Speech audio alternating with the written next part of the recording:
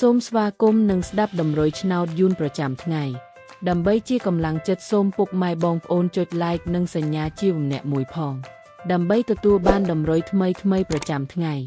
ដំរុយឆ្នោតយួននៅថ្ងៃនេះគឺថ្ងៃទី12ខែវិច្ឆិកាឆ្នាំ2025ដើម្បីកុំឲ្យខាតពេលយូរសូមស្ដាប់ដំរុយឆ្នោតពី admin មានលេខ67449955សម្រាប់ប៉ុស្តិ៍ ABCD សម្រាប់លេខ OSAD មាន2គ្រាប់គឺ អូស្តុង10និង50សម្រាប់3លេខគឺ admin មាន2គ្រាប់ផងដែរគឺមានលេខ368គុណ